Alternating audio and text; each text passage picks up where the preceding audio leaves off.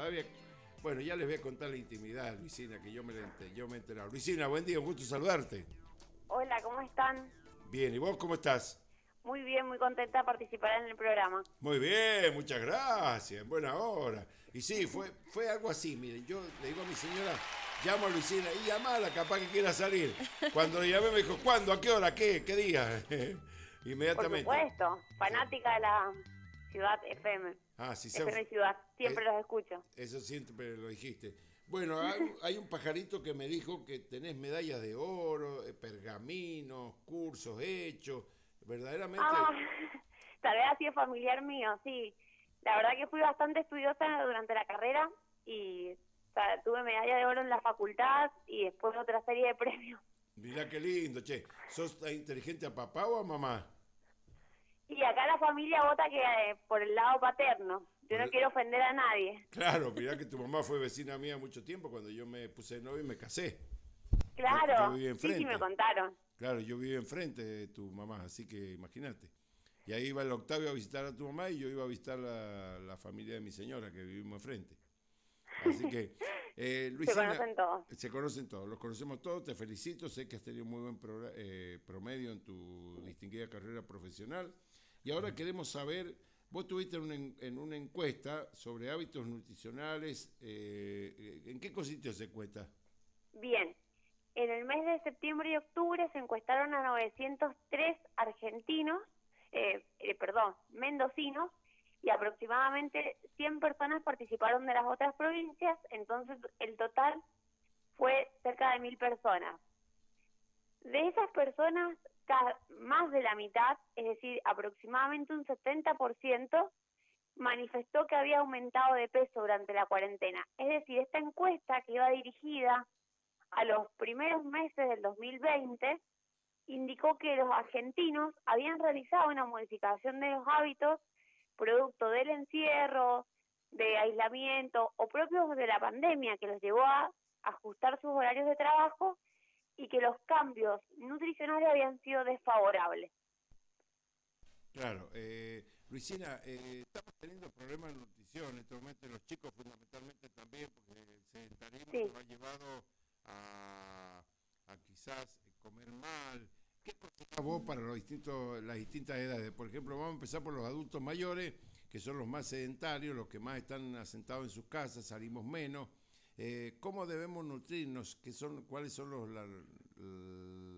lo que tenemos que comer, mejor dicho, para que Bien. podamos tener una alimentación justa? ¿Qué vitaminas?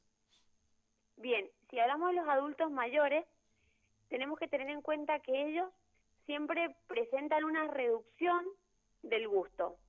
Es decir, esto que nosotros empezamos a experimentar con la pandemia, aquellos que nos hemos contagiado de coronavirus, en los adultos mayores suele ser más frecuente, es decir, que perciben menos los gustos y los olores. Entonces, en ellos la ingesta puede verse reducida porque simplemente no sienten hambre, no les sienten gusto. Y se suelen inclinar por aquellos alimentos más ricos en harina, como pueden ser el pan, las tortitas, fideos o arroz, porque les resulta de mayor masticación, o sea, más fácil masticación. Claro, pero eso es lo que produce mala gordura. Tal cual. ¿Qué es lo que produce? Primero un aumento de peso porque las cantidades suelen ser mayores. Como yo no me lleno tan fácil con esos alimentos, quizás me como 2 o 3 tortitas o me repito el plato de pasta. Y por otro lado, quita lugar o quita espacio a otros nutrientes sumamente importantes como son las proteínas, que las podemos encontrar en las carnes, vaca, pollo, pescado, y si no consumimos carne, en el huevo, en las legumbres. Entonces, en los adultos mayores se refleja alto consumo de hidratos de carbono o de harina, muy poco consumo de frutas y verduras porque se les dificulta, por ejemplo, comer una manzana, entonces hay que explicarle cuáles son las técnicas, que puede ser en compota, que puede ser rallada, que puede estar integrada en otra preparación, y casi inexistente incorporación de las proteínas. Todo esto lleva a un exceso de peso, pero que si nosotros lo analizáramos internamente, hay una desnutrición oculta, porque no contamos ni con proteínas, ni con vitaminas, ni minerales en esa alimentación. Entonces, reforcemos o démosles técnicas para que aprendan a manejar las consistencias e incorporen todos los alimentos. Y otro punto fundamental, muy olvidado en esta época y en todas las edades, es la hidratación. Es decir, no sienten sed, o si sienten sed, consumen un jugo o una infusión y no toman agua. Entonces tenemos un alto porcentaje de personas deshidratadas. ¿Vos te referís al adulto mayor hombre o adulto mayor mujer? ¿Es la misma nutrición? Sí, es la misma nutrición, pero se ha estudiado que los varones adultos mayores suelen tener una peor nutrición que las mujeres. Si bien es un estudio el que menciona esto, los hombres tienen una tendencia a mayor depresión en la edad adulta o en los adultos mayores, entonces suelen no solo restringir su alimentación o hacerla no balanceada a raíz de todos los cambios que sean propios en la edad, sino que se le suma el componente de la soledad o de la tristeza que en el hombre pareciera repercutir aún más. Entonces, se refleja en ellos todavía más marcados estos cambios desfavorables. O sea que nosotros los hombres tenemos que cuidarnos muchísimo más, los adultos mayores, que la mujer. Pero, claro, porque yo pareciera ser que el componente psicológico los afecta más. Yo pensé que era al revés, que la mujer era la que trataba de, como siempre, más silueta, a veces psicológicamente también autoengorda, ¿no? Porque realmente las mujeres, ustedes, se cuidan la silueta más que el hombre, y yo pensaba que era al revés, que la mujer trataba de engordar más que el hombre. Mira, Oscar, durante toda la etapa, desde la adolescencia hasta la adultez, la mujer siempre tiene una nutrición mucho más restringida en nutrientes que el hombre, porque siempre está con el fin estético. Se ha estudiado que 9 de cada 10 mujeres, es decir, que casi todas las mujeres se sienten gordas o se sienten que tienen que bajar de peso. Es psicológico eso. Es tal cual, muchas de ellas quizás las que deberían bajar de las 10 son 2 personas, pero casi 9 creen que igual deberían bajar. Entonces la mujer llega a la etapa adulta con un montón de deficiencias desde antes, pero en los hombres suele acentuarse las restricciones cuando son adultos mayores. Tendríamos que cuidarlo en los dos, pero en los hombres cuando empieza a aparecer y quizás nosotros no nos damos cuenta que han restringido tanto los alimentos. Sí, en las mujeres nos damos cuenta en etapas previas, cuando por ejemplo hay chicas que no les crece el pelo, entonces hay cosas que empiezan a ser más notorias o no pueden ir al gimnasio porque se cansan, entonces desde etapas previas podés empezar a corregir la nutrición. En el hombre quizás pasa desapercibido hasta que, por cuestiones de la edad o un factor psicológico, reduce la ingesta y empezamos a reflejar otras deficiencias. Claro, escúchame, estuviste hablando sobre los adultos mayores que enfermos de COVID. ¿Y los que no tuvieron COVID tienen la misma alimentación? Los que no tuvieron COVID deben tener una alimentación que refuerce el sistema, en realidad todos, tanto los que tienen como los que no tienen, deberían reforzar su sistema inmunológico. Es decir, que tendríamos que aumentar en esta época el consumo de cítricos, si bien la vitamina C no previene los contagios, pero ayudaría a sanarnos más rápido o a que no se nos complicara. Eso es el primer punto.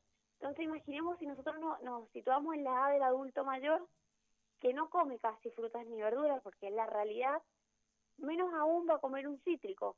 Entonces, porque se les dificulta más la mastigación. Entonces ahí deberíamos reforzarle que aunque no es la forma ideal, que lo tome en forma de jugo.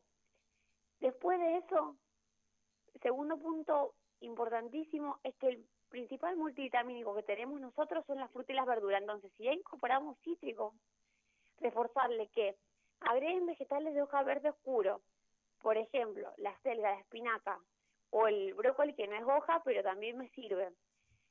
Y lo que sea de color naranja o rojo, como es el tomate, la zanahoria, porque en la variedad de colores aparecen los nutrientes. Entonces esa sería la segunda pauta. Y si tuvimos COVID, hay que sumarle recuperar la masa muscular, porque se pierde mucho músculo durante el proceso. ¿Los colores influyen, Luisina?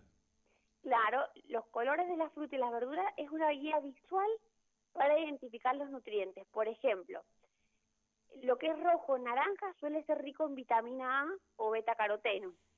Lo que es de color verde suele ser rico en hierro o ácido fólico. Y así, los que es en color amarillo tienen otras vitaminas del complejo B. Entonces, ¿qué tenemos que hacer? Siempre lo mejor es la variedad. Lo que no encontramos en uno, lo encontramos en otro. ¿Cuáles son los vegetales menos ricos en nutrientes? No por eso que los tengamos que excluir. La papa, el camote, la cebolla. Fijémonos qué es lo que principalmente consumimos acá. Entonces, reforzarle que hay verduras de temporada que son muy ricas en nutrientes, que están a buen precio, que se consiguen fácilmente y que tienen una calidad nutricional superior a la papa, al camote o a la cebolla. Claro, porque muchos tenemos complejo de comer papa y camote porque dice que engorda, o sea, es la que mayor nutrición tiene. ¿Puede ser así o es un movimiento psíquico de la persona? Nosotros tenemos que las verduras las podemos dividir en 3 grupos. Un grupo que aporta muy pocas calorías, que ahí encontramos, por ejemplo, a la lechuga, podemos encontrar a la selga, que es, tenés que comer gran volumen, o sea, gran porción para que tengamos algo de calorías. Un grupo intermedio, que también sigue siendo bajo en calorías, donde puede aparecer el zapallo, la zanahoria, la remolacha. Y después tenemos la papa, que tiene un poco más de calorías, la papa, el camote, y también si tardamos fruta podría estar acá la banana o el higo o la uva. Tienen un poco más de caloría, pero para que les sea gráfico, quizás una papa chica tiene las mismas calorías que un huevo o que un yogur. Ajá. Obviamente que sí, es verdad que tienen más calorías que las otras frutas y verduras, pero no es muchísimo menos, por ejemplo, que un bife, que un plato de pasta, que una tortita. Entonces, tranquilamente podemos comer papa en la alimentación nuestra, solo que yo recomendaría agregarle otros vegetales, no tanto para ajustar la porción o para comer menos papa, sino para ampliar la variedad de nutrientes. Claro. Cabe destacar una cosa muy importante, Luisina, que mucha gente se automedica, o sea, digamos, a ver, voy yo a tu consultorio, me atendés, me va bien en mi nutrición, tengo una calidad de vida diferente y hay gente que quiere y te dice, ¿cómo hiciste? Y yo no le puedo dar la misma receta porque el organismo no es lo mismo, en cada uno o sea, a ver, yo le Sí. comento a un amigo, ese amigo me dice, ¿cómo hiciste? Y fui a Luisina, me dio esto y esto de almuerzo, de media tarde, de desayuno y de cena. Ah, entonces voy a hacer lo mismo y no le cae bien a veces. Claro, eso es importante lo que estás mencionando, porque siempre los nutrientes se ajustan al objetivo. Quizás vos tenés que bajar 15 kilos de grasa y tu amigo son 10, entonces desde ahí el plan comienza a ser diferente, y también a la genética de la persona. No es lo mismo alguien que realiza o que ha realizado ejercicio toda la vida o que ha sido flaco toda la vida y empieza un plan, a alguien que viene, por ejemplo, de familias con exceso de peso. Entonces, las porciones pueden ser mucho más generosas para uno que para otro, y en uno bajar de peso y el otro no, mantenerse. Y no es que lo estén haciendo mal el plan, quizás lo están haciendo igual, pero el valor calórico que necesita uno es muy distinto al que necesita el otro. Claro, claro, por eso es que no hay que automedicamentarse o hacerse la misma, digamos, la misma dieta que vos le diste a una persona con respecto a otra. Claro, no es lo recomendable porque hay personas o que directamente dicen, mira, yo no voy a consumir carne. Y tal vez un plan vegetariano, y a vos si te gusta la carne porque pensaste que la carne era mala porque no la viste en ese plan, Claro. dejas de comer carne. Entonces hay que siempre tener en cuenta que cada plan alimentario se hizo en un contexto y que ese contexto puede ser totalmente diferente al tuyo. Claro, acá me pregunta un oyente, que dice, ¿qué hay que comer para recuperar la musculatura? ¿Qué hay que comer para la musculatura? Punto básico es proteína. Las proteínas, como comenté recién, las podemos encontrar en la carne, y si no comemos carne puede estar en el huevo, y si no comemos ningún derivado animal, bueno, en el huevo y la leche, por supuesto, si no comemos ningún derivado animal, las proteínas se pueden encontrar en las lentejas, porotos, garbanzos, arroz integral, las nueces. Obviamente que si nosotros comparamos el tamaño de una nuez y el tamaño, por ejemplo, de un huevo, ya hasta gráficamente nos está dando una idea que el contenido proteico puede variar. Por eso hay que ajustar de cada alimento las cantidades para llegar a la necesidad de proteínas. cuántos huevos por día, cuántos gramos de nueces. Entonces, pero igual de todas maneras lo podemos encontrar en varios alimentos. Ahora con la proteína no alcanza, sino todas las personas tendríamos una masa muscular buenísima, si en Argentina es uno de los países donde más proteínas se come. Claro. También hay que aumentar levemente, sin exagerar, porque si exageramos aumenta la grasa, las calorías. Es decir, que un balance justo entre ciertas calorías y las proteínas para mejorar la masa muscular. Eso es fundamental. Y la otra pata del tratamiento es el ejercicio de fuerza. Es decir, yo no voy a sacar masa muscular si voy todos los días a caminar. Ir a caminar me ayuda un montón para mejorar la función cardiovascular. La circulación de la sangre, ¿no? La circulación, quizás mantener el músculo, pero si yo ya quiero empezar a ver cambios, es fundamental el ejercicio de fuerza y por eso tenemos que consultar a un profesional de educación física para que nos guíe sobre qué ejercicio tenemos que hacer nosotros, porque como pasa con el plan, los ejercicios cambian de acuerdo a la persona.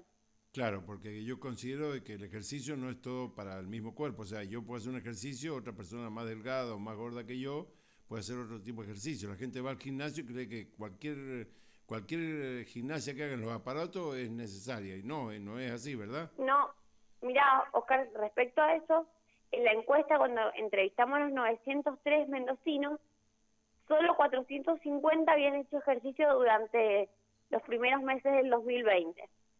Y de esos 450 que sí habían realizado ejercicio, habían sacado o copiado rutinas de internet. Entonces, por ejemplo, comenzaron a practicar body combat o hacer ejercicios tipo funcionales desde una computadora.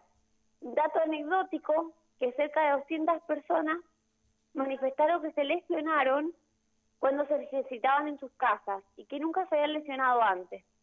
Entonces, cuando empezábamos a indagar por qué, era porque, por ejemplo, habían utilizado mochilas con peso casero, como podían ser leche, azúcar, y eso después, con la correcta revisión de parte del médico y de los profesionales como traumatólogos y kinesiólogos, les habían dicho que los ejercicios les habían ocasionado esa lesión por el peso al que no estaban acostumbrados, por la posición o porque no tenían entrenamiento. Entonces, fíjense cómo algo que pareciera que era saludable, como era ponerme enfrente del tele y hacer ejercicio, si no está guiado, puede ser peor. Claro, vos sabés que te voy a comentar, yo tengo amigos que comen la naranja, la manzana, la mandarina con la cáscara. ¿Puede ser eso? ¿Hay más nutrición en la cáscara que en el contenido de la fruta? La cáscara, por tiempos históricos, o sea, la cáscara y la pulpa que está inmediatamente pegada a la cáscara concentra la mayor proporción de nutrientes. Eso es conocido.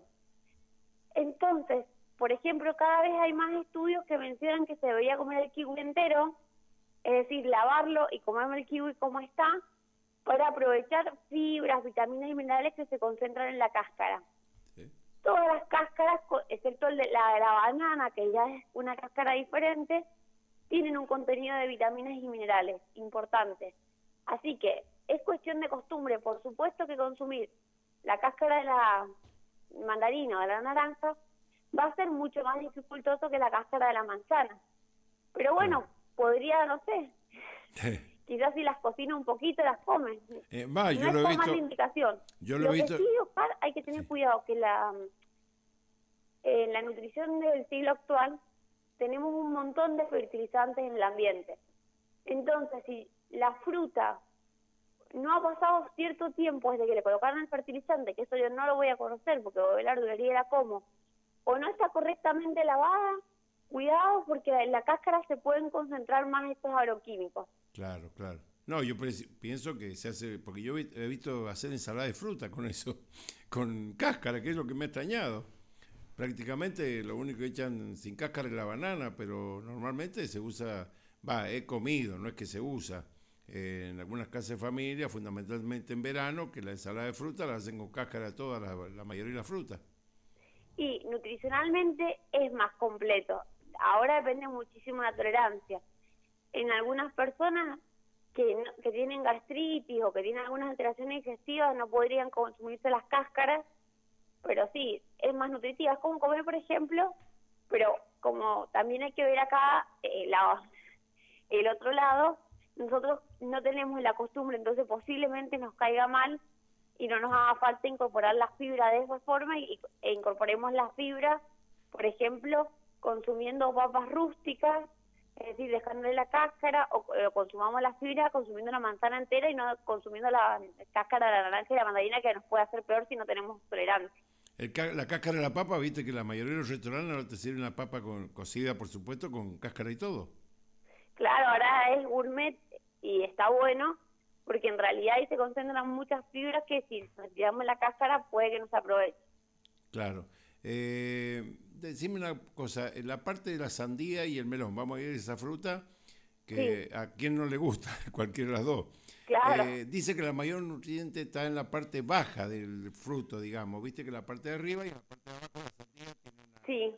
eh, una base muy blanca que dice que ahí está la mayor nutriente. Puede ser, yo, por ejemplo, me como hasta casi la cáscara completa. No como la cáscara completa, pero sí como la parte blanca, porque dice que tiene mucho más nutrientes y es más sana. Claro, en lo que es el melón o la sandía hay ciertos nutrientes que a diferencia de las otras frutas se suelen concentrar más en el centro. La fruta es nutritiva desde el principio hasta el final. O sea, si yo me como el centro de la naranja también va a ser nutritivo, pero pasa que en la sandía y en el melón habría una concentración de ácidos orgánicos, básicamente, que son nutrientes importantes en nuestro cuerpo, más en el centro que en el exterior. Así que sí, es correcto lo que estás mencionando. Bueno, y con respecto a la palta, es muy Sí. vitaminosa, ¿no? ¿La palta qué, perdón? La palta, ¿tiene mucha Sí. vitamina? La palta, a diferencia de lo que por ahí se piensa, es una fruta. Y el contenido de vitaminas, minerales y hasta incluso el contenido calórico es totalmente distinto al de las otras que pertenecen al grupo. ¿En más Es o en verdad menos? que ¿En más o en menos? en mucho más. En mucho más. Nosotros tenemos que, si vamos a consumir palta, por ejemplo, eh, está formado por muchos ácidos grasos, que en las otras frutas no encontramos ácidos grasos.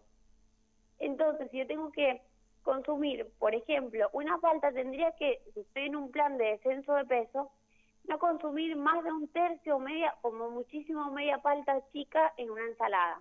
Claro. Y no agregarle aceite, porque ya el aceite que me da ácidos grasos, me lo está aportando la palta, que también tiene ácidos grasos. Tiene vitaminas antioxidantes que me ayudan a no solo prevenir el envejecimiento prematuro de la piel, sino a prevenir muchas enfermedades, como diabetes, hipertensión. Entonces es un alimento de origen vegetal súper completo, pero no solo hay que ver la calidad nutricional, sino también la cantidad. Y al ser más calórico, habría que regular la porción o de última cuidar de no agregar aceite de oliva o aceite de girasol o el que ocupemos en esa alimentación. Claro. Luis, sí, escúchame, con Sí, respecto al fiambre, que es tan rico, ¿cuál es el que tiene más calorías y que debemos dejar de comer o comer moderadamente? los fiambres, ¿cuál es el tema? Que se utilizan muchos conservantes, quizás no en todos, pero que pueden llegar a ser en el tiempo y junto con otros factores cancerígenos. Entonces, el consumo de fiambre debe ser esporádico y tratar siempre de elegir fiambres de menor contenido graso. Por ejemplo, lo que es jamón cocido y no inclinarse por un salame siempre. Oh, En el marco o la de una o la alimentación mortadela. o la mortadela pero la mortadela es ahí intermedia. Ajá, En el marco de una alimentación dentro de todo saludable, que consumas una vez por semana fiambre no pasaría nada. Sí, hay que cuidar, hace tiempo atrás se estilaban dar planes donde se agregaban todos los desayunos jamón cocido. Eso, cuidado, porque el jamón cocido no es una carne, es un derivado que tiene algunos conservantes que podrían ser nocivos para la salud. Entonces, que el consumo de fiambre, por más que sea una persona omnívora, es decir, que come animales, que sea muy esporádico por esto que le estoy mencionando. El queso no es un fiambre, el queso es un lácteo y ya tiene otro consumo y otra cantidad. Claro. Escuchame, Sí, hay, viste, dulce light, queso light, o es que tiene menos calorías, pero en definitiva sí, no es que se 5 fetas de queso light o dulce light, que significa que no va a engordar, o sea, que no le va a caer mal al organismo. claro. Los productos light tienen por ley un 30% menos de calorías. Entonces, quizás el dulce de la casa por cucharada sopera me aporta 70 calorías, pero el dulce que yo compré light me está aportando 30. Claro, la mitad. Entonces, claro, 30, 40.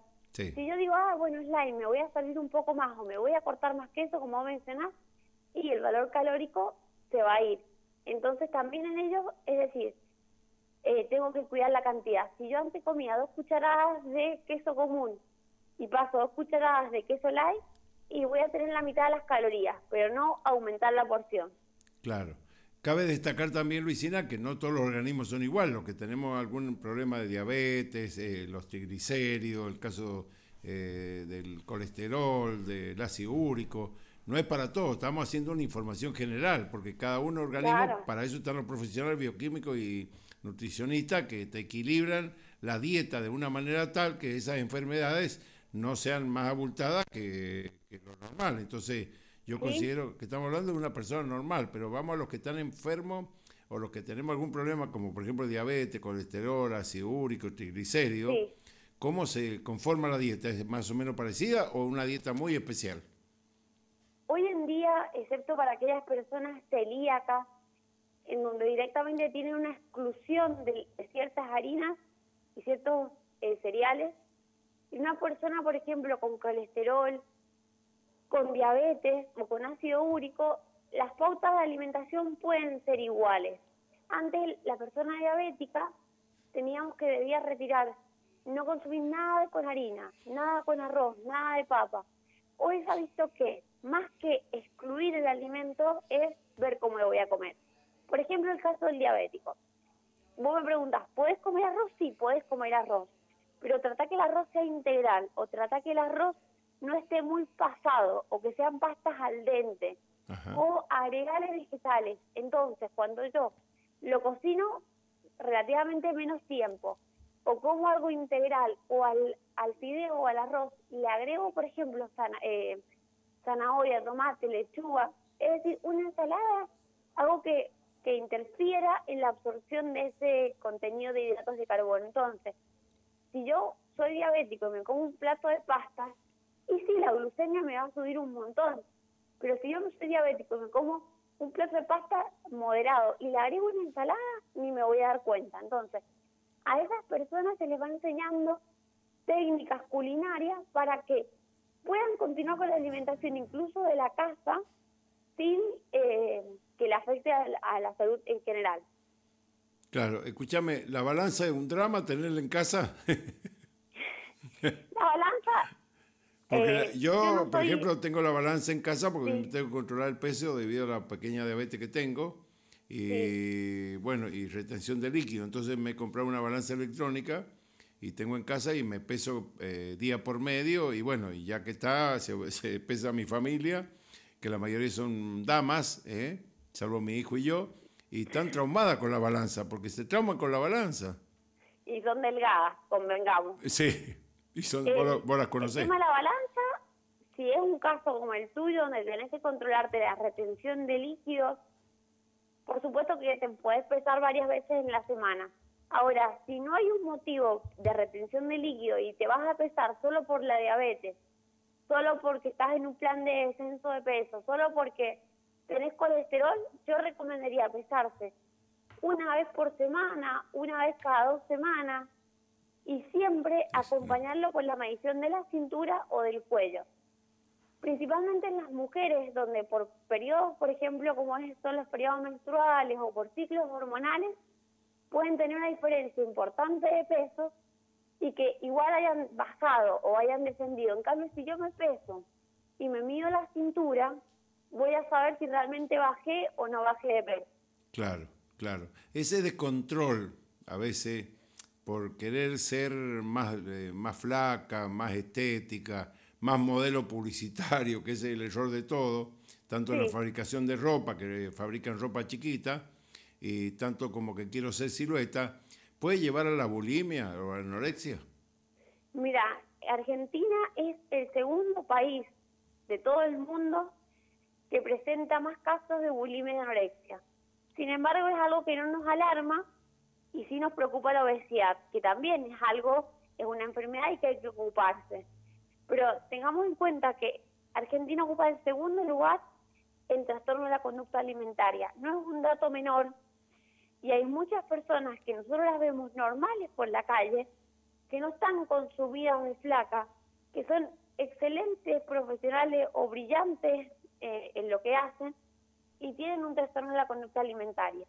O tienen bulimia, que son aquellas que comen un montón y después utilizan alguna compensación, como puede ser, por ejemplo, el uso de laxantes, el vómito o el ejercicio. O son anoréxicos cuando directamente retiran la comida.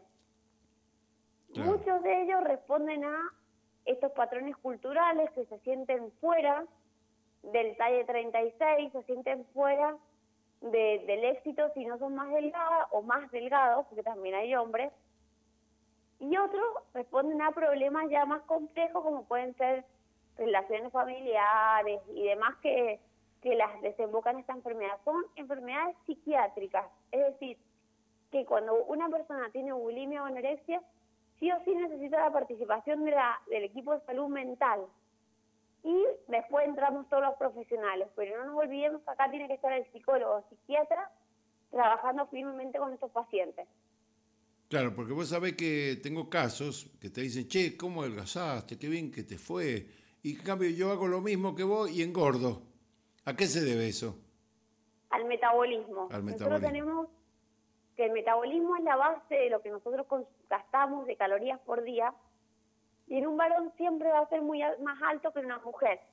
Entonces, es probable que si yo estoy, por ejemplo, con un varón al lado, él coma 2 milanesas y yo me tenga que comer una milanesa.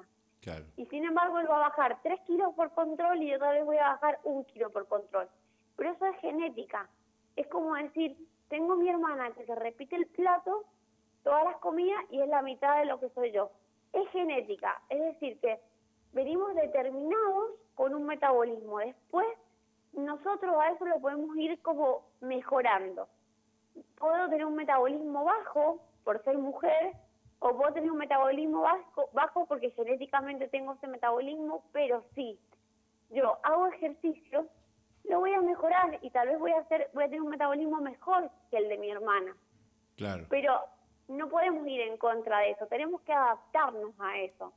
Yo tengo un metabolismo bajo y bueno, tendré que ver qué porciones me corresponden, qué ejercicio hacer, pero no decir, bueno, malísimo, dejo todo porque vos bajas mucho más rápido que yo. ¿El hombre baja más rápido que la mujer?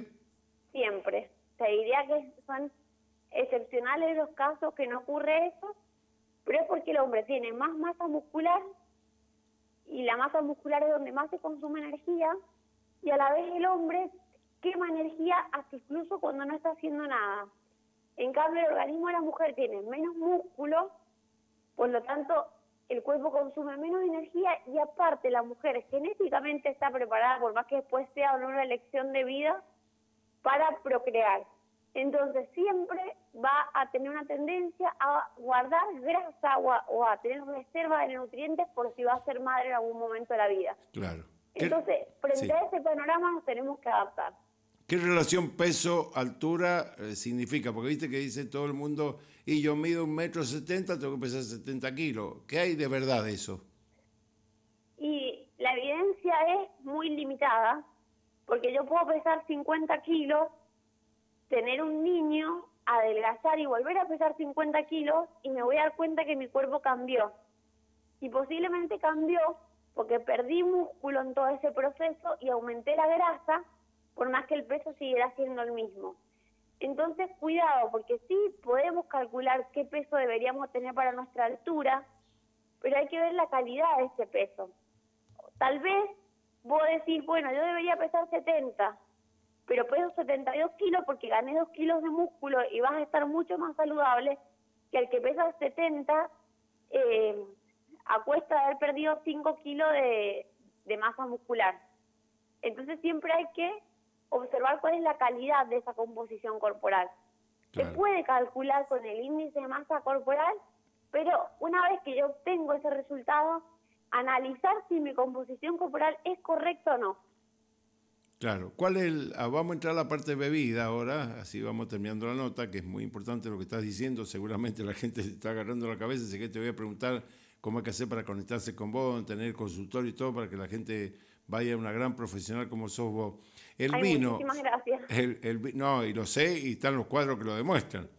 Aparte conozco a papá y mamá y siempre dicen que fuiste muy estudiosa. Puede dar fe de eso. Ahora debe ser un drama comer al lado tuyo, ¿eh? No, estoy súper relajada. Todos me dicen lo mismo. Me dicen, mira, voy a comer esto, voy a comer aquello. No estoy mirando cuando están probando los alimentos. Claro, porque te imaginas comer al lado de una nutricionista como vos, de la categoría tuya, decís, ¿puedo comer esto? Sí, más reducido. Y yo quiero comer 5 empanadas, me decís, no, 2 nada más. Claro, o me tengo que estar acordando de lo que han estado comiendo todos. Claro, escúchame, la bebida, ¿es cierto que el vino fija la grasa? ¿Cuál es el de los vinos más favorable para la nutrición y para conservar, digamos, el cuerpo mucho más compensado que otras? Las gaseosas ya sabemos que son peligrosísimas. Claro, el vino, ¿qué es lo que tiene? Que el alcohol no es un nutriente. Las grasas, las proteínas, los hidratos de carbono son nutrientes, el alcohol no. Pero tenemos que el vino tinto... Entonces, cuando nosotros decimos bebidas alcohólicas, y realmente no son necesarias. Pero acá hay que hacer una excepción con el vino tinto. Claro. El vino tinto tiene polifenoles que son sustancias antioxidantes. Entonces, si bien yo las podría conseguir en otros lugares, como son en los frutos secos, en frutas como es la ciruela, los frutos rojos, si yo consumo alcohol y digo, bueno, no, voy a tomarme un vino tinto, no estaría tampoco tan mal. De última, es algo que quizás lo puedo obtener de otros lugares, pero si lo obtengo del vino de manera controlada, no es que estoy haciendo algo que sea totalmente en contra de mi salud. Y si lo fuera, que no es en el caso del vino tinto, porque el vino tinto tiene ciertos beneficios, pero si por ejemplo dijese, bueno, en lugar de tomar vino tinto voy a tomar Fernet, por ejemplo, que no tiene ningún beneficio demostrado, tenemos que saber que el Código Alimentario define como alimento aquellas sustancias que se consumen hasta incluso por placer, como puede ser el café, que no me estaría aportando grandes nutrientes. Entonces, lo puedo incorporar, pero teniendo en cuenta que al no aportarme nutrientes y al tener alcohol, que no está bueno que esté en exceso para nuestra salud, tiene que ser moderado. Es decir, que si te gusta el vino, contrólalo, pregunta cuánto podés tomar, y trata de elegir un vino tinto, pero no hace falta que lo excluyas totalmente. Para los jóvenes y los niños, no digamos los jóvenes porque va al Fernet, al amargo, con respecto a los niños, ¿qué es necesario? ¿Es preferible darle una gotita de vino, quizás cortado, con soda o con agua, que una gaseosa común que aporta muchas calorías al cuerpo? El vino antes de los 18 años es tóxico, entonces no se recomienda ni siquiera en forma de gotitas. Lo mismo para las embarazadas. Bajo ningún punto de vista que consuman vino. En los niños hay que estimularlos que tomen agua. Si no les gusta el agua, que tomen soda. Si no les gusta ni el agua ni la soda, prepararles bebidas saborizadas de forma natural, como puede ser una jarra de agua con cascaritas de naranja o con un poquito de jugo de limón y menta. Pero hay que desaconsejar el consumo tanto de alcohol como de gaseosas, comunes o light. Claro. En niños. En adultos se sigue la pauta que alcohol muy poco y de acuerdo a las necesidades de cada uno, y seguimos con la recomendación de excluir las gaseosas. Claro. ¿El agua, el jengibre y el limón es sano? No aporta beneficios en cuanto a la oxidación de las grasas, que fue lo cual se lo tomaba en un momento, pero si yo quiero consumir agua con limón y jengibre porque me siento que me limpia un poco el organismo, quizás no lo limpia literalmente, pero que me acelera la digestión, me da un sabor diferente, me gusta, bueno, lo puedo incorporar. De paso, el limón es un ácido que tiene otras propiedades, pero no lo pensemos como mecanismo para quemar las grasas. Claro. ¿El aceite de masía es peligroso? ¿El aceite de...? El aceite de girasol, el aceite de oliva. girasol o de maíz, por ejemplo, tiene ácidos grasos omega 6. ¿A qué viene esto? Que mi cuerpo necesita omega 6, pero necesita más que nada omega 9 y omega 3. Entonces, si pudiese darte una recomendación, y yo te recomendaría que consumas más aceite de oliva, que es rico en omega 9, que aceites de semillas, porque el desequilibrio entre el consumo de ácidos grasos me lleva a que no se formen bien algunas sustancias que forman parte de las membranas, a que el mecanismo de inflamación y antiinflamación no sea correcto, o proinflamación. Entonces, por lo tanto, es mejor que el consumo de ácidos grasos sea en menor proporción por parte de estos aceites. Claro. Escúchame, ¿cuántas comidas al día, ya como para ir terminando la entrevista, aconsejás? ¿O qué tipo de comida para llevar una dieta balanceada? Perdón. Siempre las comidas básicas por día son desayuno, almuerzo, merienda y cena. Ninguna de ellas es más importante que otra. Antes se pensaba que el desayuno era la comida principal y la cena casi que debía ser inexistente. Hoy se sabe que las 4 comidas son importantes, pero que son accesorias o son opcionales las famosas colaciones. Y con esto cae el mito de comer cada 2 o 3 horas. No hace falta. Si yo, por ejemplo, soy una persona extremadamente ansiosa, o que me levanté a las 6 de la mañana y me fui a almorzar a las 2 de la tarde y siento hambre, bueno, agrego una colación. Pero si no percibo hambre, no necesito agregar esas comidas, porque mi organismo está preparado para comer 3 a 4 veces por día. El resto es accesorio y depende cada uno si lo va a cumplir o no. ¿Comer ensalada antes del almuerzo o cena es beneficioso para controlar la ansiedad? Sí, puede ser beneficioso porque te va a dar volumen, pocas calorías, te vas a llenar un poco más y vas a ingerir menos, por ejemplo, no sé, de la porción de pasta o de la porción de pastel que hay después. Claro. Bueno, te iba a hacer una pregunta, se me ha volado un poquito, pero calculo que, a ver, el extremo de comer sin hacer una consulta nutricional a veces no es beneficiosa porque la gente trata de imitar, como te dije más anteriormente, y llega a veces a llevar a una anemia, a una dificultad de concentración. Sí. Y con respecto al sueño, eso es lo que te quería preguntar. Con respecto al hecho de comer mucho de noche, ¿puede influir en no dormir bien, descansar bien la mente y descansar como se debe descansar? Solamente ayudado por pastillas, sedantes, y no, muchas veces la gente come mucho, o comemos, me voy a incluir, de noche, y tenemos dificultad para dormir. ¿No puede ser un protagonismo fundamental de la nutrición en ese momento? Sí. Yo el año pasado terminé una especialidad y la tesis que presenté era sobre la influencia del sueño en la nutrición. ¿Por qué? Porque cuando nosotros hablamos de pautas de estilo de vida saludable, siempre hablamos del ejercicio físico y la alimentación. Y nos olvidamos del sueño. El sueño es parte fundamental de nuestro metabolismo, de nuestra salud en general. Se recomienda dormir entre 7 a 8 horas de noche y no de día. Y la siesta la podemos o no incorporar en base a cómo es nuestro sueño. Siestas prolongadas también son negativas para nuestra salud.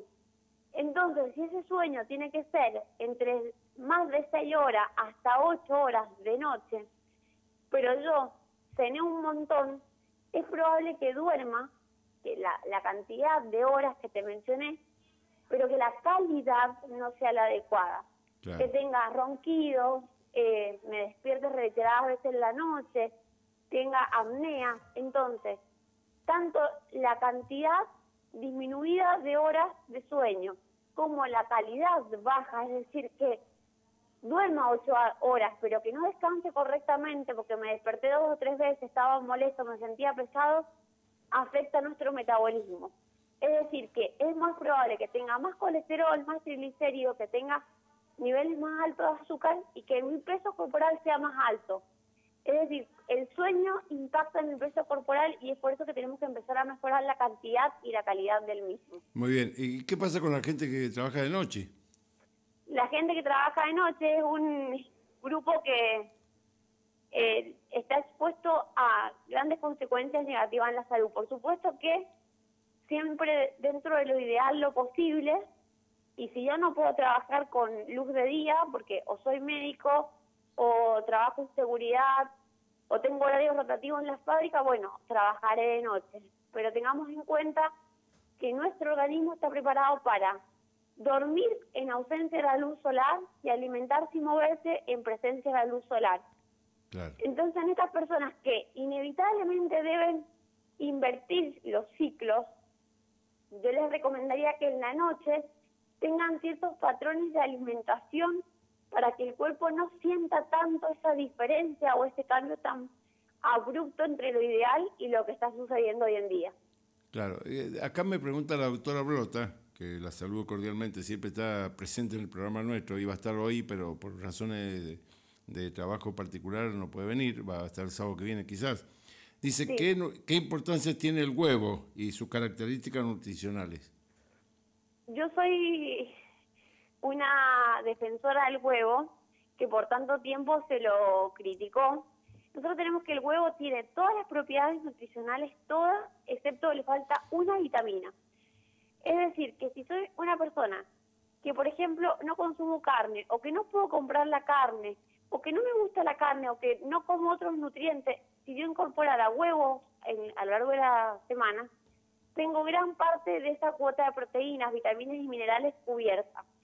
Ahora, siempre ha sido muy discutido el huevo sobre el aporte de colesterol. Los estudios actuales indicarían que tranquilamente podríamos comer un huevo o más por día que no aumentaría el colesterol. El colesterol aumenta, primero que parte del colesterol lo fabricamos nosotros y no tiene nada que ver la alimentación. Claro, Y el colesterol, sí. nosotros aumentamos a base de la alimentación, aumenta más por el consumo de golosinas, tortitas, de grasa como es la piel del pollo o la grasa que veo en un fiambre o en una carne de vaca, que por la yema del huevo.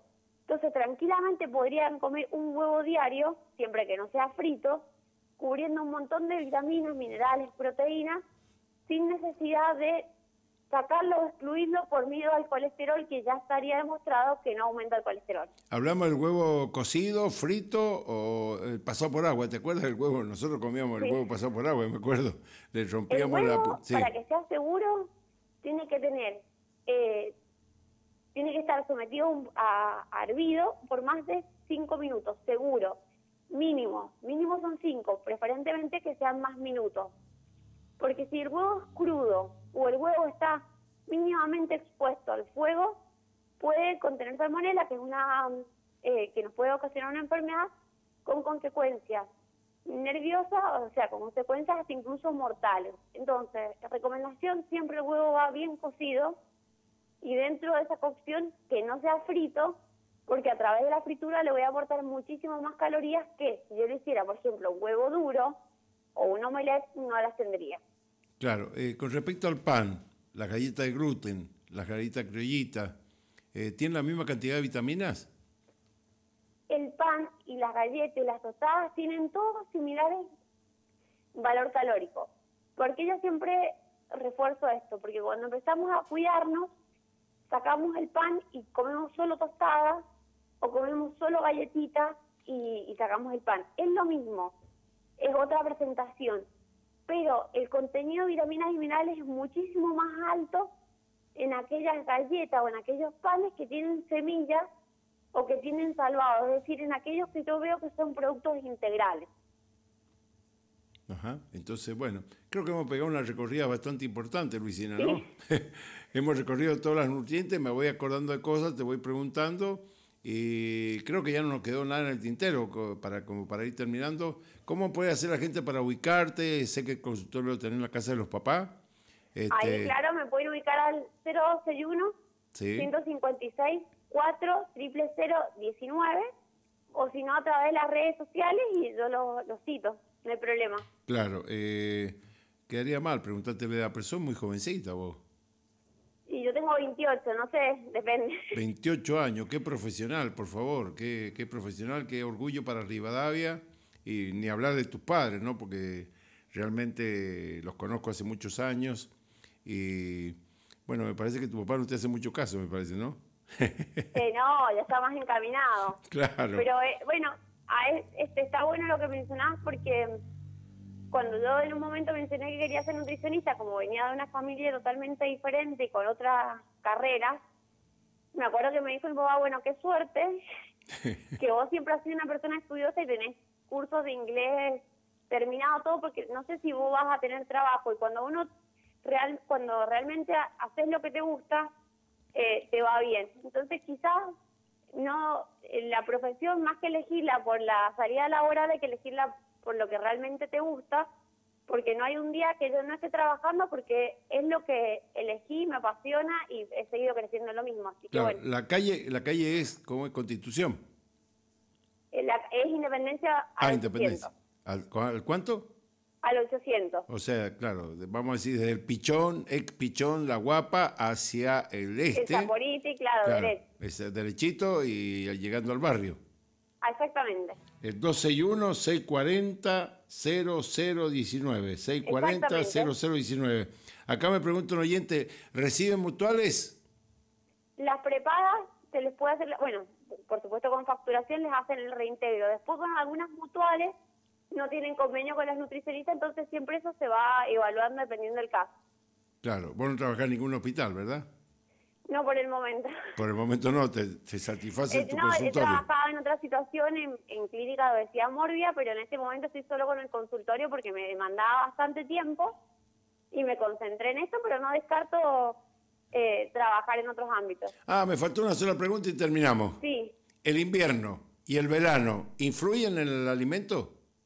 Totalmente. Nosotros en invierno tenemos una sensación no solo subjetiva, sino también que es objetiva, que es real, de consumir alimentos más calóricos. Pero tenemos que tener en cuenta que nosotros no somos nuestros antepasados. Nuestros antepasados se iban horas a cazar, caminaban. Nosotros no, somos personas recontra mil sedentarias. Entonces tenemos que aumentar esas necesidades energéticas o seleccionar alimentos más calóricos, pero todo muy controlado, porque no tenemos un desgaste físico tan importante como antes. Claro, y más en estos días de invierno, así que lo único que hace uno es comer y encerrarse. Claro, y que se olvida la bici fija y de cuántas otras cosas que tiene en la casa. Claro, en cambio el verano da más sensación de salir a hacer gimnasia, practicar natación. Claro, o aunque sea ir a hacer una compra caminando, eso suma. Claro, eso suma. No estar todo el día sentado o arriba de un auto. Muy bien. Bueno, Luisina, vamos a dejar el tema de obesidad de los niños, los jóvenes, para otro sábado. No queremos agotar todo en un solo programa, porque si no, después que te voy a preguntar. Entonces, no, cuando quieran vuelvo a participar, no hay drama. Por supuesto, Luisina, yo te agradezco muchísimo. Sí, vamos a hablar un poquito de la obesidad de los niños, los jóvenes, que generalmente los padres los dejan comer. Ya va a adelgazar, ya va a crecer, se va a estirar. Y claro, tenés que crecer como 2 metros para compensar después todo. Claro, yo he visto chicos jovencitos que los dejan comer, dice, sí, no, si comas y después tienen el hecho del estiramiento, crecer y qué sé yo, y se transforman en obesos después del día de mañana. Claro, tal cual. Exactamente. Bueno, Luisina, mucho gusto Muchísimas gracias a usted en haberte escuchado. Saludos a la familia, que tenga mucho éxito. Te la han dado. Luisina, saludos a la tuya. Bueno, gracias. Luisina Capone. Pará, no te vayas. Decime otra vez por dónde las redes que te pueden encontrar. Bien, el Instagram es es nutricionista-luisina.capones. Decirlo más despacito. Nutricionista-luisina.capones. Muy bien. Luisina es con S, siempre aclara lo mismo, sí. Y Capone con una sola P. Exactamente. Y el teléfono es 261-640-0019. Exactamente. Gracias, Luisina. Muy amable. A ustedes. Chao, querido. Chao. Bueno, qué gusto haber hablado realmente con una profesional de este nivel, de muchísimos pergaminos, de muchísimas medallas de oro. Una gran profesional, tiene mucha gente que va, inclusive mi familia. Bueno, mi señora por un problema de triglicéridos está yendo a ella, se encuentra muy bien. Así que, bueno, este es el propósito de Ciudad FM 90.5 de la gente, de entrevistar en estos momentos tan difíciles que estamos viviendo de pandemia, sobre los nutrientes que debemos consumir. Pausa comercial de la emisora y seguimos en la mañana de Hola Gente.